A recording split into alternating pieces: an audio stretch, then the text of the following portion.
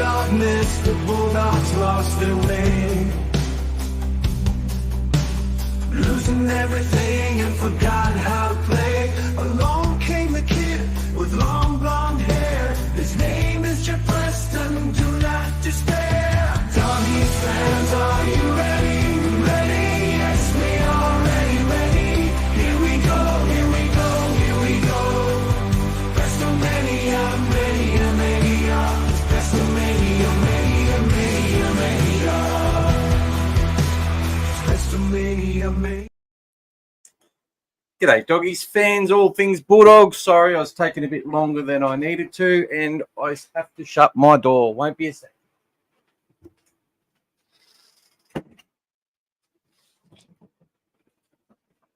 Hey, he's going. Thanks for joining in. Coming to say hello. Who have we got on here? Interesting. G'day, Dave. How you going, mate? I've got my own merch, but guess what? It's just for me. Just having to play around with some screen printing and stuff like that. And yeah, I don't mind it. Got my own little shirt. All Things Bulldogs, my own little hat. So there you go. Timothy, welcome, Timmy. Love the Prestomania. I love that. Mate, I'm actually over the song. I can't go anywhere. That song is stuck in my head 24/7. That AI knows what it's doing, mate. It's just something about it. It's corny as hell, but I love it. So let's get into it, guys.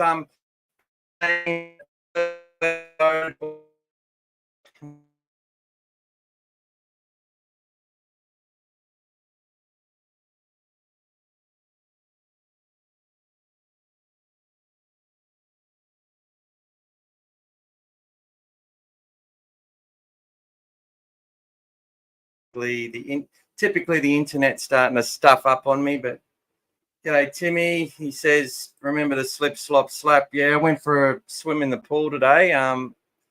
So finished off some work, come home about 11. It was pretty hot today. It was already about 30 degrees. Got in the pool and got sunburnt. So there you go.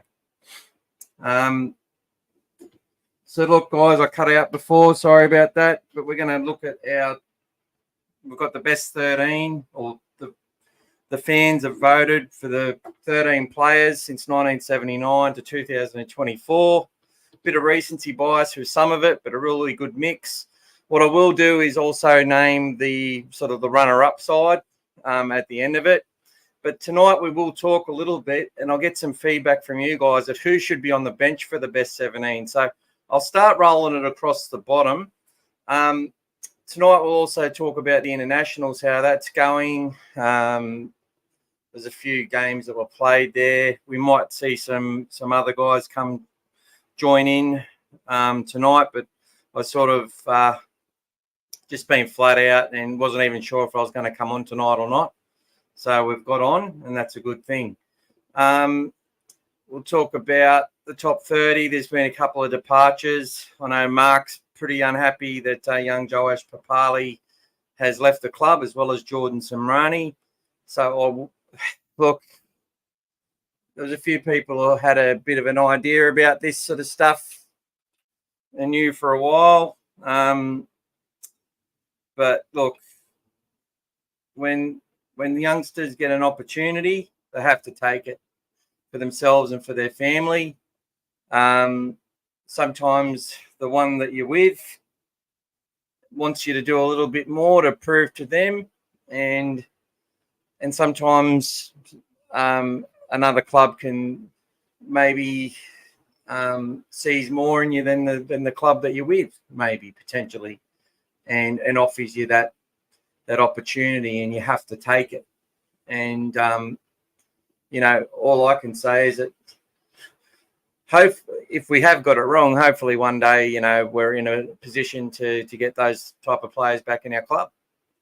But we'll see how that goes. We will see how it goes. So I'm going to get this this top 13 going across the bottom. All Things Bulldogs best 17. This is the top 13 that's already been voted. Luke Patton, Matty Utai, Josh Morris, Stephen Crichton, Hazem El Masri, Terry Lamb, Stevie Mortimer, Peter Tunks, George Paponis, the hooker, Mark O'Mealy, David Gillespie, Stephen Folkes, and Paul Langmack. So it's some really close calls. Chris Mortimer polled very well in this for the centres. The centres was a real battle, actually. You had a lot of votes for Willie Tonga, a lot of votes for Andrew Farah, and all were rightfully high in the polling. George Paponis absolutely smashed everyone else. Jason Hetherington was the next best, and there wasn't much support for anyone else, which I felt surprising. And there's a couple of good hookers that we left off the list. But, yeah, and the second rowers, I really thought that someone like Andrew Ryan would poll really highly, but he didn't. So, look, the fact that Gillespie, like Stephen Folkes, to me was an absolute certainty that had to be selected. But at the same time, I really thought Gillespie might struggle with the likes of Andrew Ryan and plenty of others. You had the likes of Simon Gillies. Locke was a tough one as well. It come down to Langers, yesterday's hero. God bless him. He's what a champion. And he's still out there doing a great job. Him and Jimmy Dimmick went right down to the wire as well. So yeah, I'm happy with that side. It's a very good side. Stephen Crichton was a controversial inclusion. The recency bias got him in there. He's played 23 games for the Bulldogs. I think people are looking a little bit ahead with that one. And hopefully, if we look back on this poll, it will actually have some sort of significance in 5 or 10 years. And hopefully he's one of the first players picked when we look back. Josh Morris was also another one. I thought, Josh, when he came to Canterbury, we really needed a lift in what we were doing. And he sort of was part of a rebuild and sort of was one of the first ones to come along and was a real prevalent part, played Origin for Australia, scored lots of tries, had some great moments for the Bulldogs.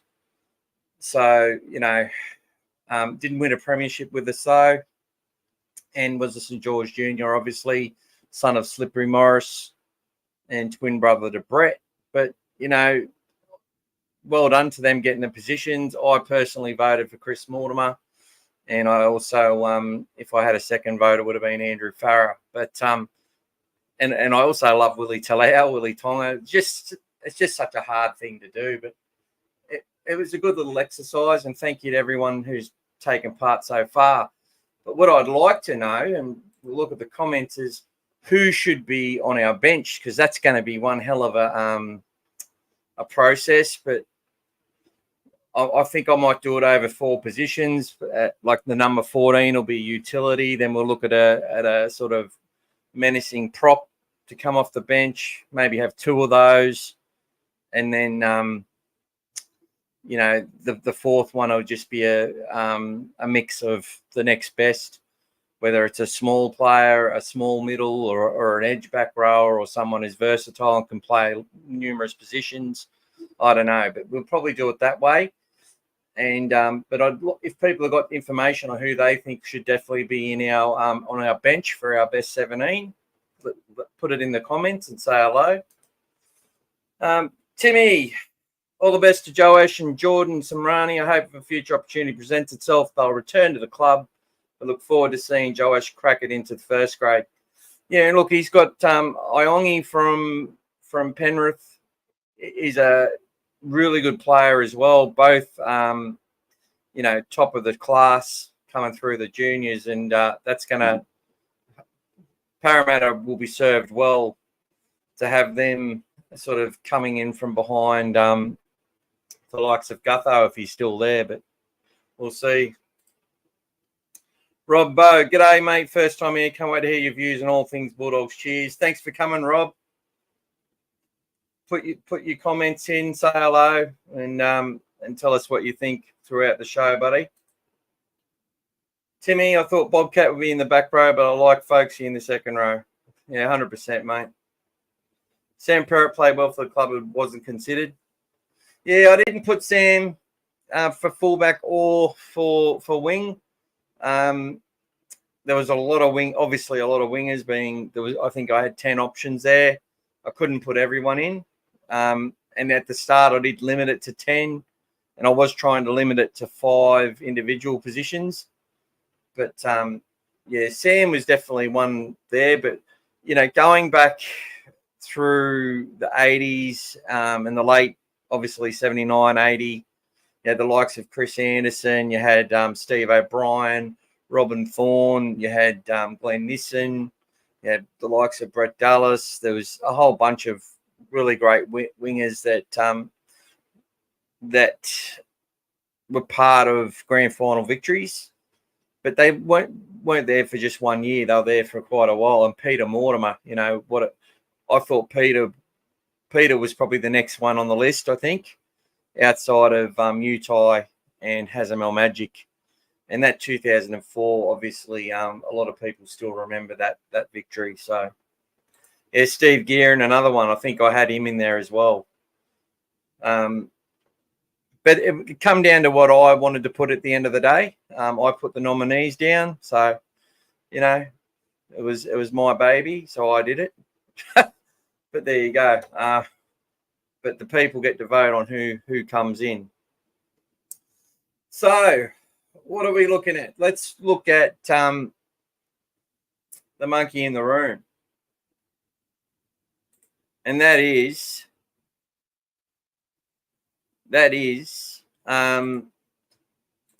it's called the elephant in the room. I don't know why I said that, but the top 30, how it's shaping for 2025. I'll need to get that up on. I'll probably go to All Things Bulldogs and have a look at that there. Pete's been keeping the top 30 spreadsheet going there. And obviously we've just lost Samrani out of the top 30. And we've also lost Joash from the development list. So let's have a look at that. Sorry about this, guys. I'm a little bit unorganised tonight. Let's get that on there.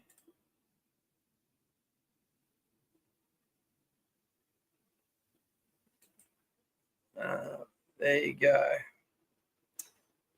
And good question on the latest on Anari Tuala. We'll talk about that, my friend. We definitely will talk about that.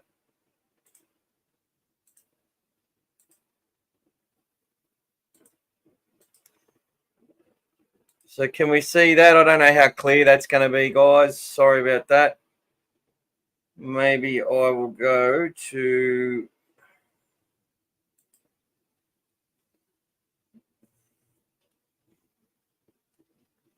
No, that doesn't look too good either, does it?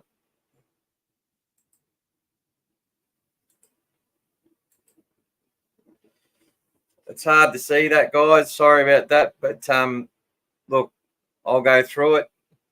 So for 2025, the players that are coming off contract that are a part of our squad for next year are Blake Taff. So from November 1, all of these players are free agents for the 2026 season. Blake Taff, Blake Wilson, Bronson Cherry, not yet signed. Chris Patolo has gone on a training trial with Manly. So good luck to Chris. Just couldn't get that body right to get himself. They gave him every opportunity. Once a Bulldog, always a Bulldog. Connor Tracy's here until 2026. Daniel Saluka for Fidar. He is a free agent from November 1st. So that'll be interesting to see whether a club tries to swoop in on him and whether the club's force him to make a play or an extension on him before actually seeing what he can do from a first grade and from a preseason point of view. So that's a really interesting scenario, that one. I think with the nature of the game and the way things are, I'd be inclined to try and extend him for a season. But it's sort of hard. We'll see what goes on with that. That'll be interesting. Drew Hutchison. So you'd expect Drew will be struggling to stay in the team post 2025, and he'll be a free agent come November. I think, but I don't know. I look at Drew Hutchison and I saw the plays that he was trying to make, and it's sort of from the other end of the spectrum. I'm watching Tonga play and watching young Katoa. He was making all the right plays. He was just wasn't executing them. And I felt that was from the other end of the scale, because obviously Katoa is young and is only going to get better. Drew's obviously had a lot more experience and was struggling to keep up at different times. But, I think he might have a role in coaching or something like that for Drew down the track. And, as they say, those who can do and those who can't teach. Hayes Perham linked to the move to the Broncos, so he won't be with the Bulldogs. Bailey Haywood, so he becomes a free agent November 1. What are we going to see from Bailey? I am not sure. Are they going to extend him for a year? Did he do enough? Obviously, many would rate Bailey's performance as above expectation. Not for some. Some knew that this was what we would see from Bailey for a long time. But I am one of the brigade that felt that, he'd be competing for a halfback spot over the next few years. And maybe that still may be the case. But to come through, be a backup hooker, to be a small ball-playing lock, and to play the way he did and not to relinquish his spot once he got there, you'd expect he might be one that is elevated to the 2026 squad and extended for a season. We've already extended to 2027 both Jacob Kiraz and Jacob Preston, and rightfully so. Jamin Salmon, he will be a free agent come November 1 for the 2026 season. Jake Turpin, same thing. And we now have Marcelo Montoya, another Fijian, and that's something that we're looking at, obviously increasing the amount of Fijians in our pathways, and a huge opportunity to get great people, great athletes, and skill, talent into our system over a long period of time. Jordan Samrani now gone. Now, I probably will talk a bit about Jordan, because there was lots that I saw sort of as an outsider, little things I heard as well. And then the obvious when you look at the amount of injuries and stuff that he had. But we'll come back to Jordan another time. Josh Adokar, everyone expects he's gone. Free agent, obviously, from 1st of November, and would be allowed to leave his contract early if he could get that sorted. So I'd suggest that's what's going to happen. Josh Curran extended till 2026, so he is off the market until November next year. Carla Lawapu is off the market as well, which is good. Katani Katonga, who we got to see in the Pacific Championship, and we'll see him again against the Cook Islands. So hopefully he'll have a good game. Kurt Mann, a free agent come 1st of November. I'm not sure there'll be a rush to sign Kurt, and that's got nothing to do with how great he played for us last year and how much we missed him towards the end of the season. Curtis Morin, another one.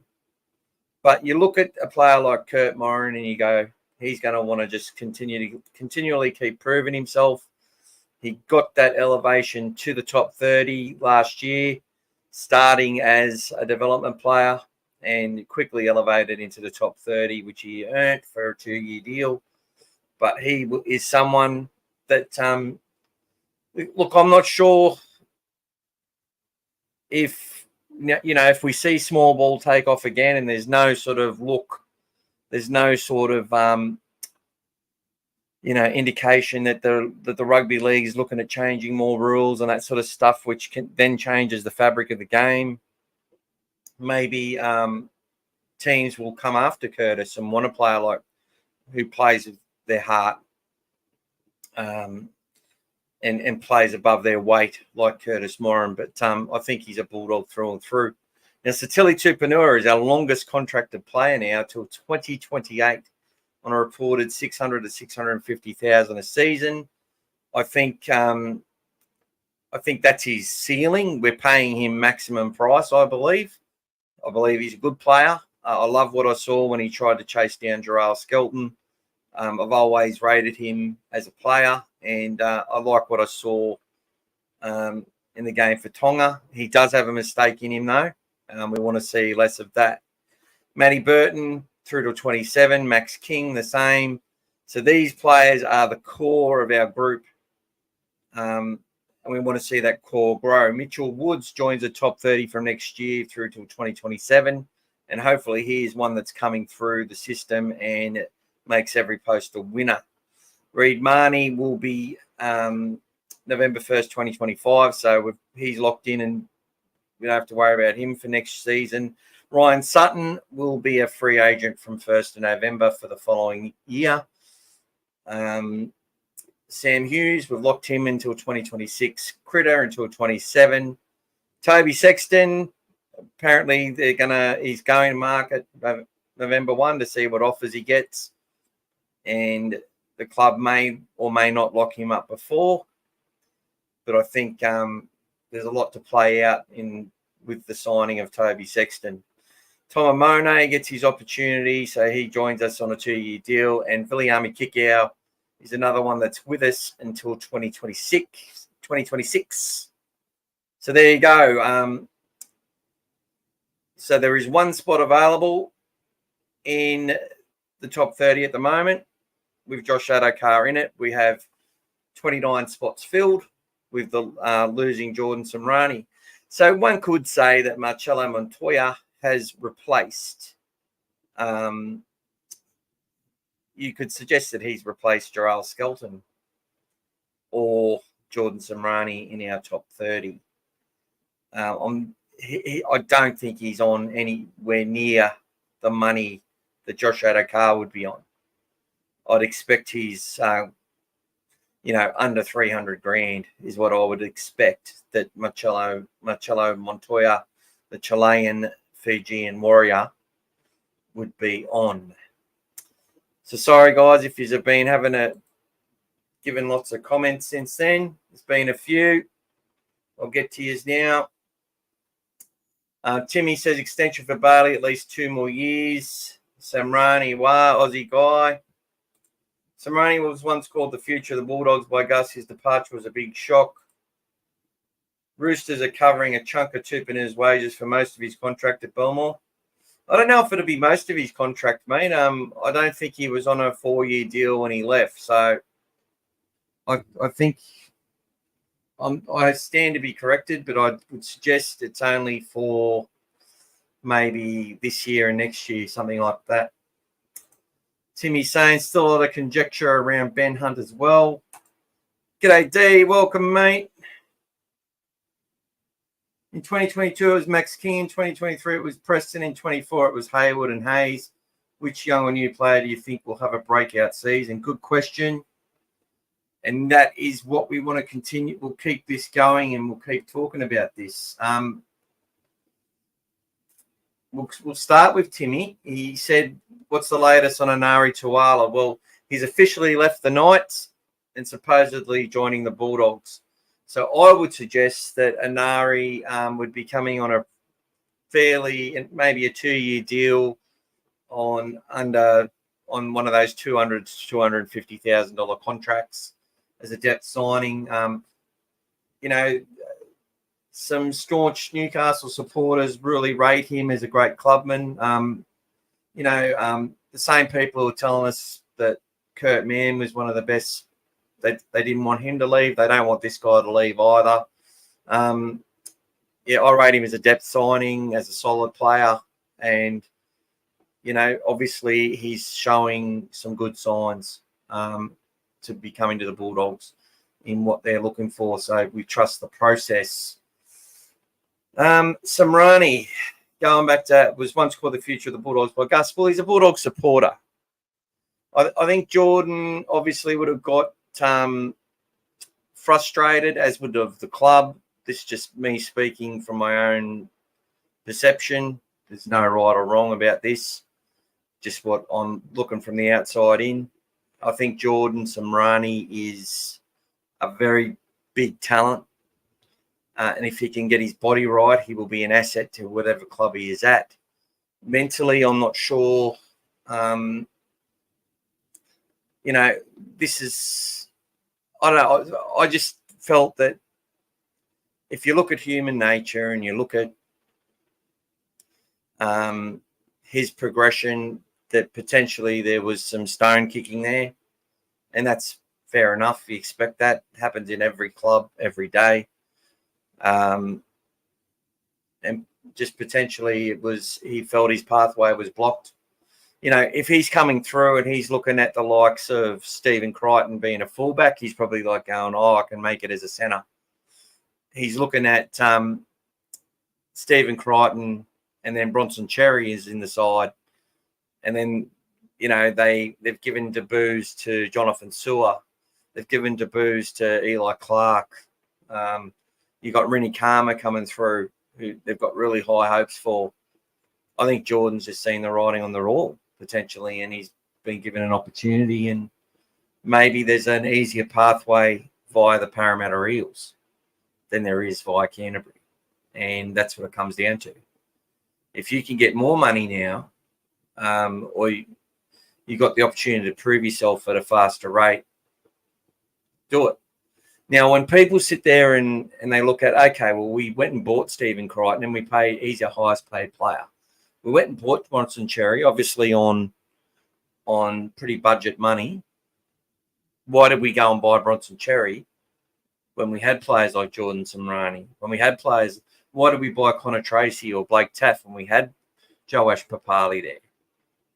And they're fair enough questions and they've been raised. But as I've said for the last 5 or 6 years, obviously not on the podcast, because I've only been doing that for, 2 years or something. The young fellas have found their way through. And if you found their way through to first grade at the pleading from fans, these kids have got to be put in the first grade. Our first grade side's winning 3 games a year. Give the kids a go. Give the kids a go. Give the kids a go. Well, Canterbury have given more kids a go in the last 6 years than any other team in the comp, right? They just haven't had the right players in first grade in front of them to set the pace. And this is what the club has tried to do to balance its cap.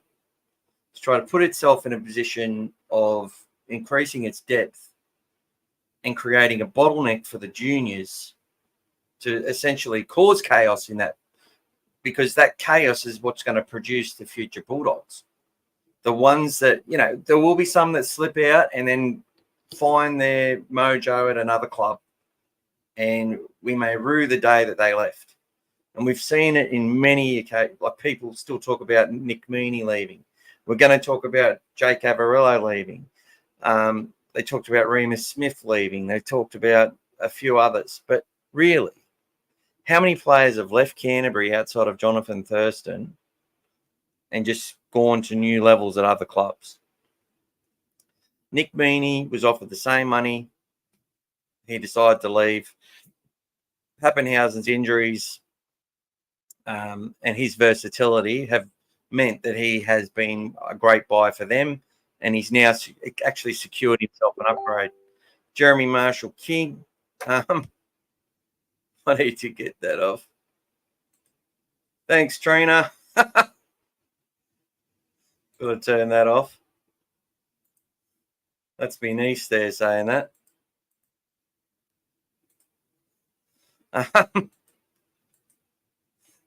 She should come on and say that on here.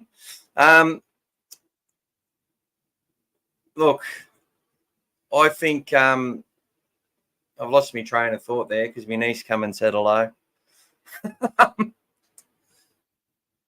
But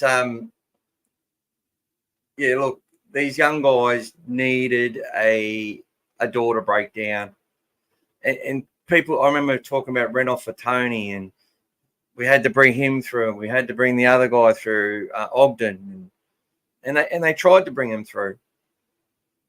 You know, and then they go to other clubs, and it's like, oh, you let these youngsters go, and then you went and bought these other people, and it's like, well, how good is Tony's played one first grade game at the Roosters, and he's off the Super League across the world, and not really heard of him again.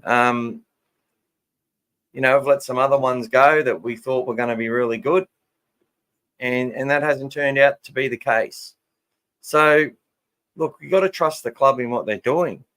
They're trying to create this chaos so that the players that demonstrate the willingness to go to that extra level and the loyalty will stay there and fight and essentially give the club no other option than to pick them. And then there's other players who may feel that they're doing that, and the club may not see that on the same level. And that doesn't mean to say the club's right and the player's wrong, or vice versa. But then that player gets an opportunity at another club because it has a less of a pathway blocked. They get the money, they go, and maybe they do make something of themselves. And then, you know, we look back at it and rue the day that they left. But that's just the way it's got to be. When you go from being a club with a small junior, with 12 junior clubs that only have about, you know, on average 2,000 to 2,500 juniors every single year, you know, that play above their weight and do their best and are supported well by the local community, but really struggling to, and your first grade's not playing well, like it just wasn't happening. It just was not happening. So they've had to bring in all this talent from elsewhere. They've had to create these other pathways, and we've become a development club. And we are going to develop players that now go and join other teams. And that's a good thing. That's a good thing. And there's always going to be a little bit of, did we make the right decision? Should we have tried harder to keep that player? Fans will have their opinions, and history will prove some people right and some people wrong. But at the end of the day, I'm just going to trust the politics of the club to be left to the club. And I'm going to just try and enjoy the footy and try and enjoy these kids coming through. Ben Hunt. Well, there's another signing apparently we're making, which is the son of Sam Ayub, which I've been having some run-ins with a couple of mates who have been spreading what I believe to be misinformation, whether they mean it or not.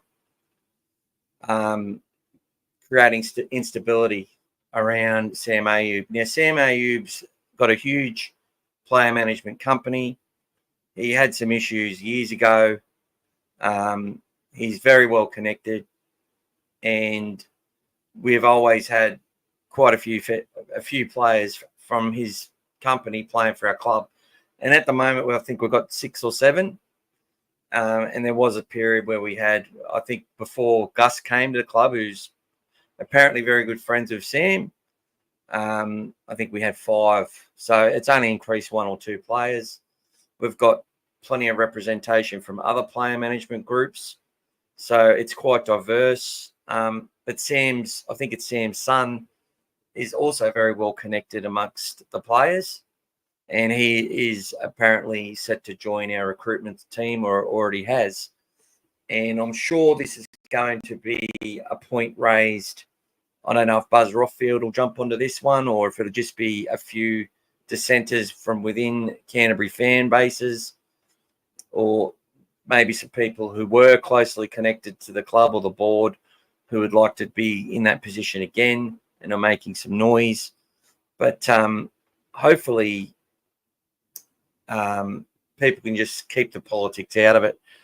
If the way I look at it, if someone gets employed in our company or into our family, they've earned the right to get that. They've said the right things in the interview. They deserve their place.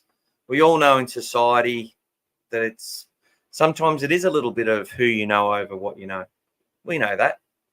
Sometimes it's whatever else that determines who gets the opportunity and who doesn't. Sometimes it's luck. Sometimes it's purely being in the right place at the right time. But if they're there to do a job, let's get behind them to do that job. And, if we hire certain players from certain player managers, so bloody what?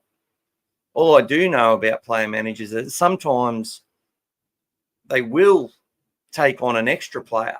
You know what I mean? So they might buy one player, but then buy another player as sort of as a little bit of kosher with the deal. It's because that's helped, to get that other player. We've also brought another one across.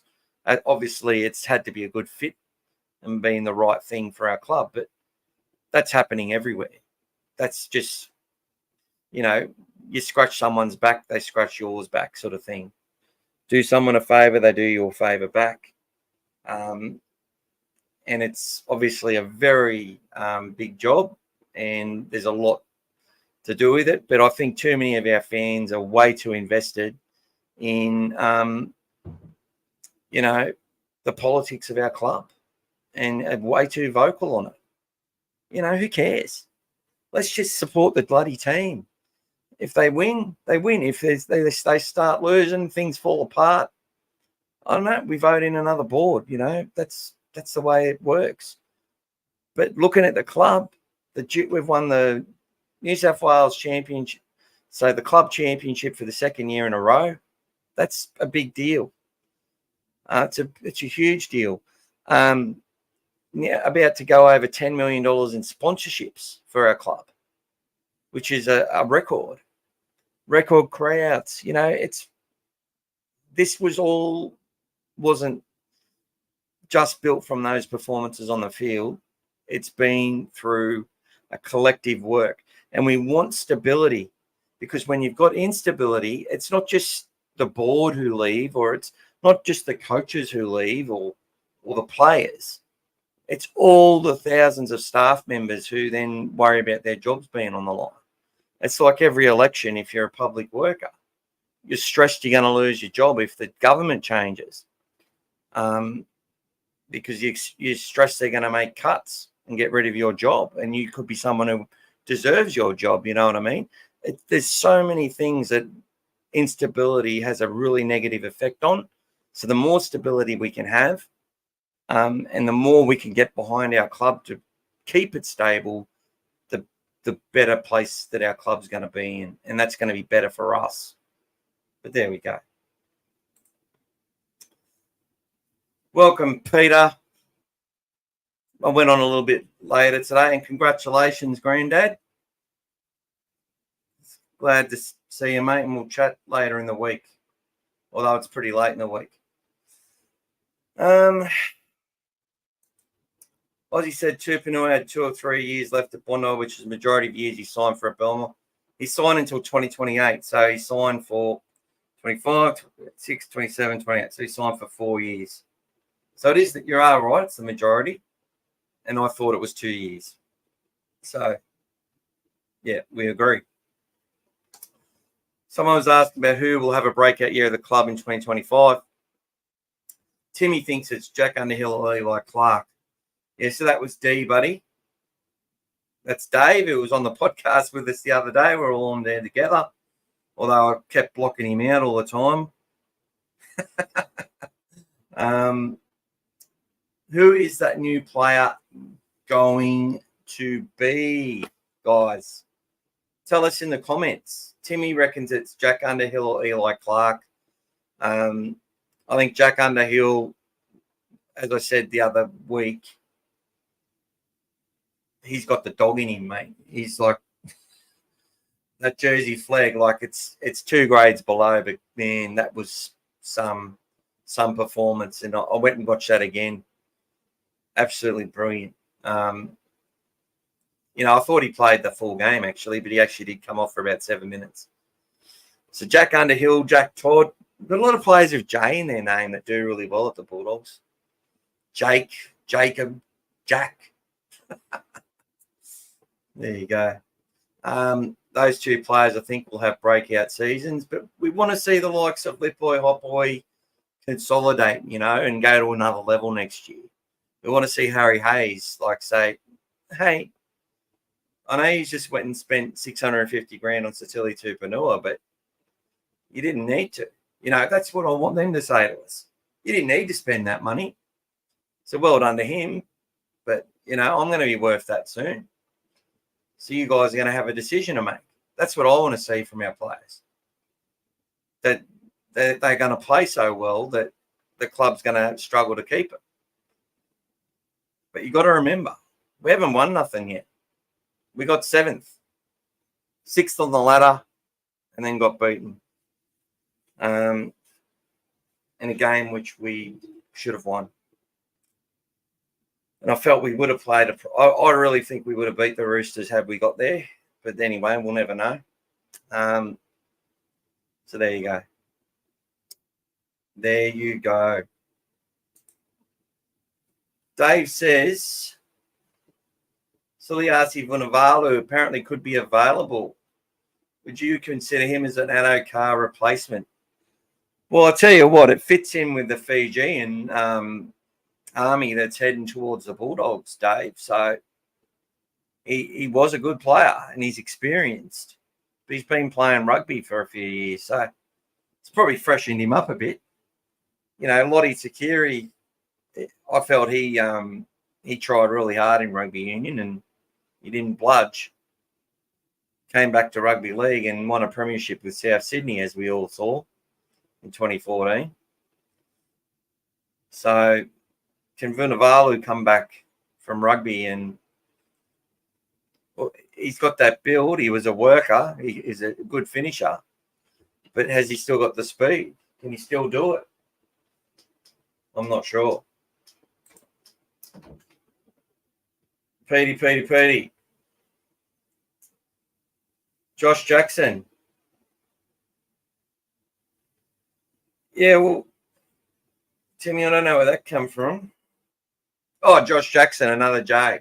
Yeah, mate. 100%. And Josh didn't make the top 13 either, which was interesting. He did poll pretty well, but I don't even think he was runner-up as an edge-back rower. I didn't put him in the lock, considering the amount of crap he copped being our lock. So there you go. The top 30, are we going to get some other players? They're talking about Leo Thompson still. I just think Leo will end up staying at Newcastle. I cannot see them unless, they brought his brother in. They kept him. They've let Saifidi go. There'll be some others to leave as well. I just can't see them not giving him every cent that they believe he's worth. Hey, Dave in WA. Daniel Saluka for Fafita, I hope has a breakout season. I do too, man. I was talking about him the other week. I said it before, but 6 runs for 120 metres, something like that, 113 metres, with about half of that in post contact. He looks like a man against boys in that grade. So, look, this is why it's interesting, because if other teams know his ability and come knocking, and we're sort of forced to play our hand early with it, it's an interesting sort of scenario. And will other teams come knocking on November 1 when he hasn't sort of proven himself since this injury? Is he going to be the player we want without the ball? He's certainly shown that he's willing to stand up to the biggest enforcers in the game. and I remember he punched somebody. Might have been James Fisher Harris, or I can't remember who. He punched someone in the head that was a big enforcer at the time and still is. So he shows that he's willing to stand there and go blow for blow. But can he play the long enough minutes that we need in order to get what we need from him? And that's going to be the question. You know, we could see the likes of Franklin Pele with the ball really set up the next play with the way he ran onto it. But a drop ball later, could he, close the gaps? Could he get his job done in defence? Could he be trusted to defend with the team? Well, it just proved that wasn't the case in the system that they were trying to enforce. We have to try him and don't baby him. Yeah, I probably agree. Robbo, do you think the Doggies will improve in 2025? Look, I think we can improve, but not. You can improve and not make the semis. It just depends how much other teams improve. The way we played last year was a huge improvement. Consistently, the way that we're in games for long periods of time and how we outlasted a lot of teams. That was the big improvement for the Bulldogs. We utilised our assets really well. Where we couldn't make yards, we had a boot, which put us in good position and then forced teams into some sort of mistakes and some submission and then put them to the sword at different times. There was some games where we really grounded. There was nothing in games. That game that we beat the Knights 30-2 in Newcastle, without Burton, without Crichton, I don't think. Yeah. The scores were still pretty close for the majority of the game, but our defensive system held up strong, and we just kept having a crack and executed a few plays and smashed them late, but never looked in danger of losing. There's lots of games where we looked like the better side, played like the better side, never really looked too concerned, had a couple of poor moments and lost the game. Games like the South Sydney game, the Melbourne game. The first two rounds, Parramatta and Cronulla, I've talked about them a lot. It was fans were looking at those games going, oh, we're going to have another terrible season. Serrato's shit. They were saying it all already. Then we smashed the Titans 30-0. Some people were like, oh, maybe not. But still they were like, oh, that's just the Titans. The way we play was a huge improvement. If we go out there with the same attitude, and our key players learn from some of the mistakes they made in intense situations towards the end of the season, if we see those players, play more consistent, I think we can go further. I think we can climb the ladder a little bit. I think we can be a contender. But I do also expect there's some teams out there which are going to improve.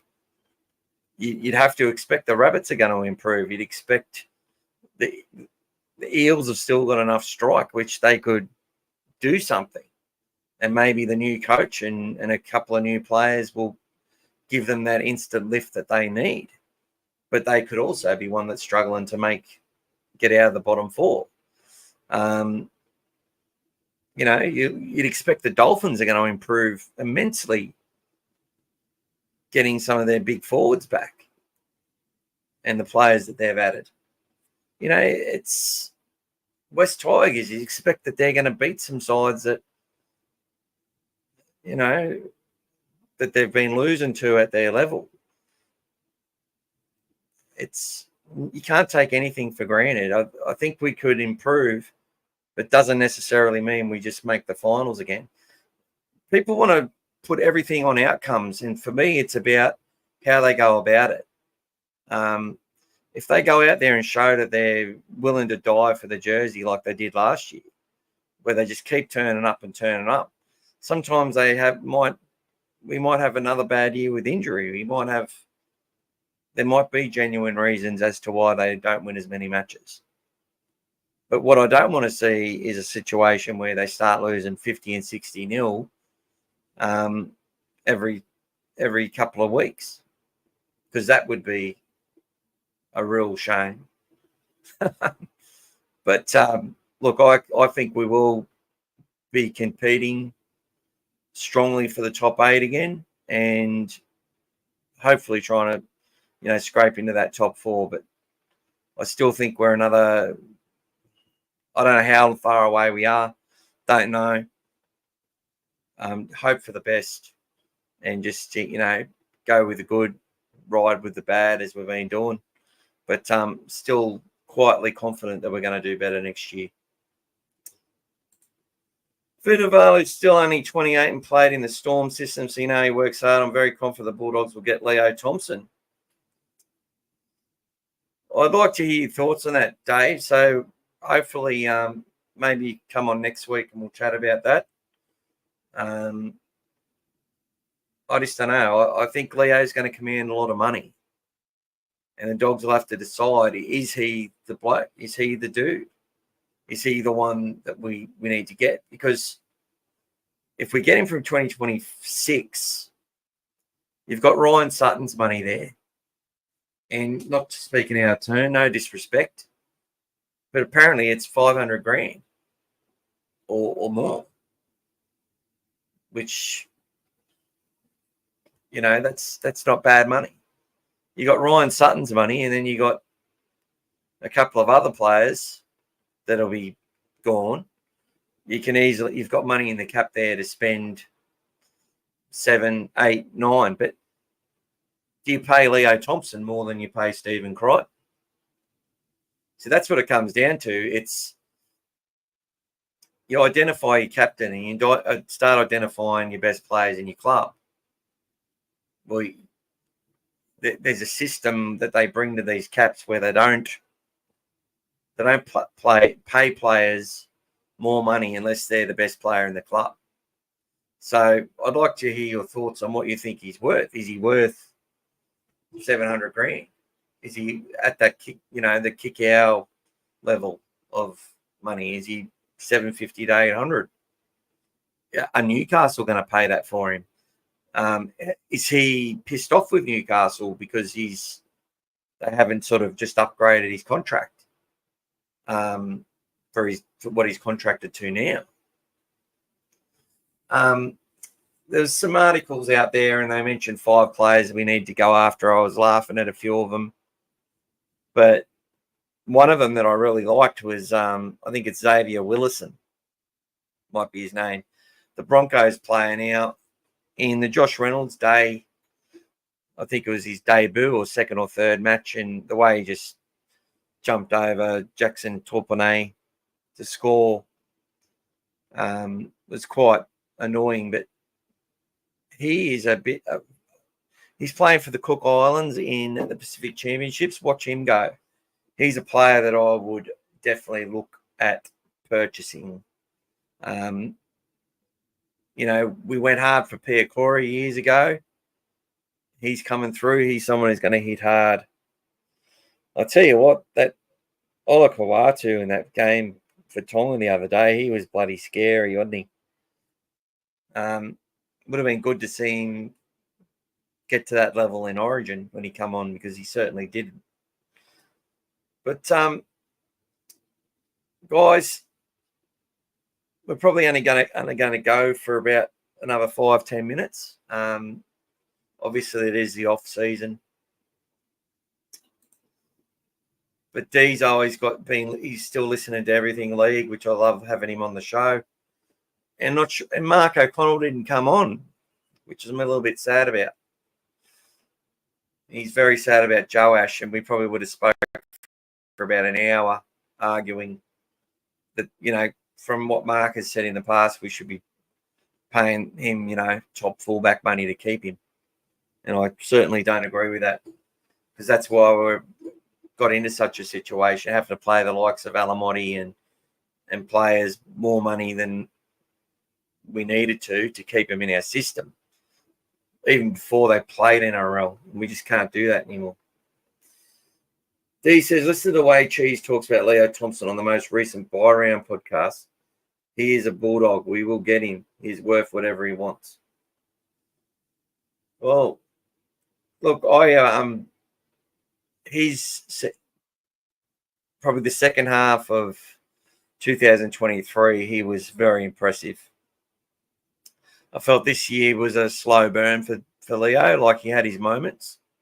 Played very well for the Kiwis in their 30-0 whitewash of Australia as well. So he's definitely someone who I think is worth money. But is he worth him? Is he our best player? That's what, if the club go out there and pay that much for him, they're only going to do so if they believe he's going to be the best player in our club. So that's what it comes down to.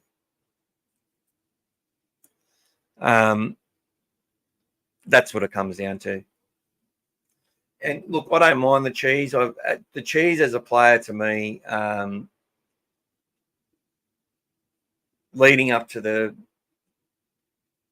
premiership the Storm got against in 2020 against the Panthers, he had just the effort and determination that guy played with. I think he's qualified to talk on those matters. So if he thinks that Leo is a player to watch in the future, I wouldn't take it with a grain of salt. I'd definitely listen to it, even though the Cheese is a bit of a larrikin and a character, and a party animal at different times.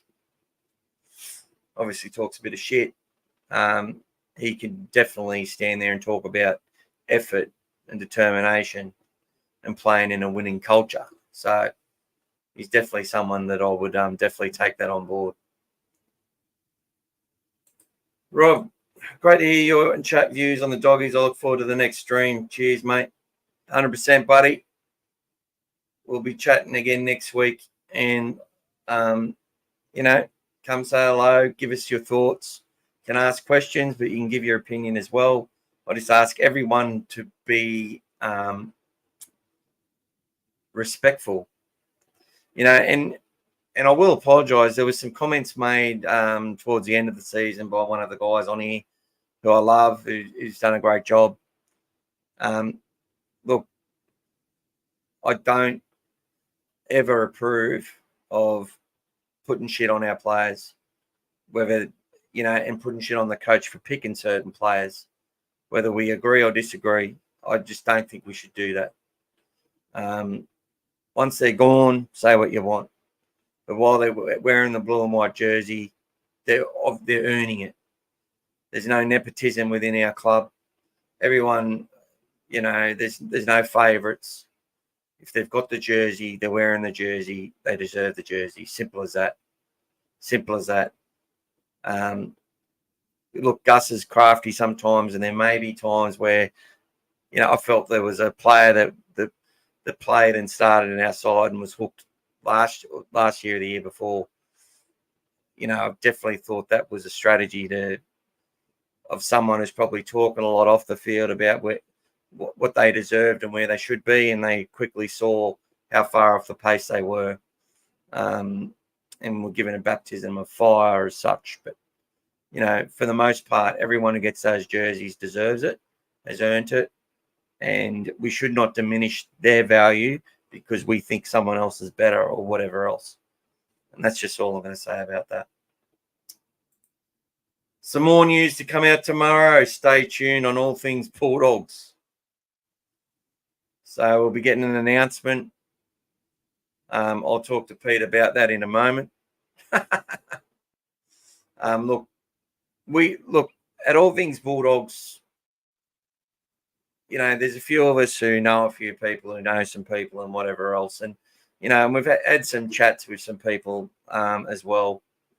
But one thing we don't do is go out there and start rumours.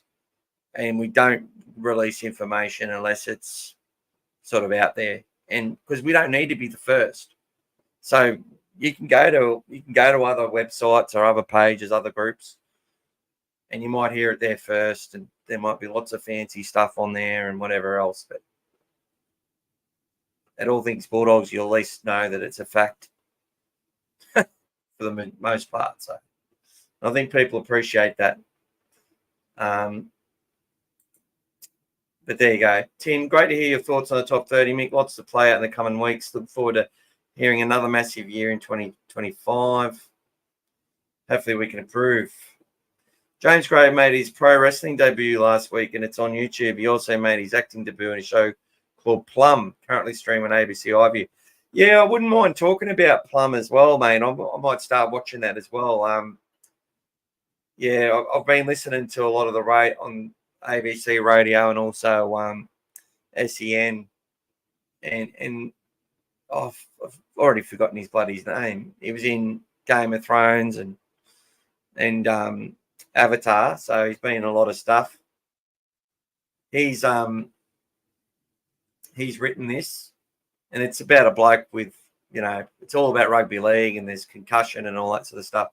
Also, there's a show with Willie Mason in it as well, where he's a main character in a TV show, which I need to watch as well. So there's lots of stuff for us to watch in this off season. Keep us occupied. Timmy says, shout out to Pete Webber. Thanks for all your insights into what's happening with our great club, the Mighty Bulldogs. Well said, Timmy. There's a reference to Nigel Plumbing knew how to cut people in half when he tackled. I think there's references to things that happened, actual real things that did happen, sort of, but like changed around. It's not a bio documentary. It's a show. It's fiction, but they got information from people like Andrew Johns and a lot of ex-rugby league players and stuff, and some of them are in the show. And some of the stories they gave were then used as material in the show. So, I can't wait to watch it, actually. It's going to be good. So thanks for joining, everyone. It's been good. We didn't really get many players to be in our best 17, but I'll get those out on the Facebook group, and I'll share them on the YouTube channel as well. Polls are harder to do on the YouTube channel because you're only limited to 5 options. So I was sort of doing them on the Facebook group. But think about who your utility would be. You'd have players like, obviously, the runner-ups in lots of categories. But I also want to sort of pick players that actually were on the bench as bench players. I'm going to leave it up to everyone, and they'll probably just vote in the next best sort of players that didn't make the top 13. But I look at a player like Corey Hughes as a great 14. You know what I mean? Jonathan Thurston, even, although it was only for that year, he turned out to be an absolute gun off the bench for us, an important player towards the end of that season as well. Roy Asatasi played a lot off the bench. Even James Graham himself, as Dee pointed out in that first year, in 2012, coming off the bench and then playing long minutes. Josh Curran this year coming off the bench and averaging, nearly 50 minutes a match. That's those sort of players, to me, are your bench players. But then you go back to your Mitch Newtons, who played a lot off the bench. Plenty of players that were coming off the bench and doing a good job over the years. So, look, we can look at it that way, or we can just have, your sort of next man up sort of scenario to fill that. Anyway, guys, thanks for joining. It's been wonderful to have a chat. Go Australia in the next Pacific Championship match against New Zealand. I think that's on Sunday. Go Fiji, because we've got a lot of players in that side as well. Papua New Guinea, Paul Viliami kick out. He's through two or three intercepts in that match. That constitutes having a really poor game. I always look at a player's effort. He tried hard. He just made some mistakes. So see how he goes. Dave says sunny nights. Willie Mason show comes out in 2025. Well, there you go. I can't wait for that. You've been wonderful, everyone on there tonight. All your contributions. Can't wait to talk to you all again soon, and we'll get some stuff out there on the channel as well. Speak to you all soon. Thank you very much. You can see me background. I've got Kikau up there. Got me 2004 Premiership. And soon I'll have one on Steve Folkes, which is in the background here. There you go. Club first legends. So we'll also talk about that. Who are some club first legends that you would pick? Steve Folkes was the first one.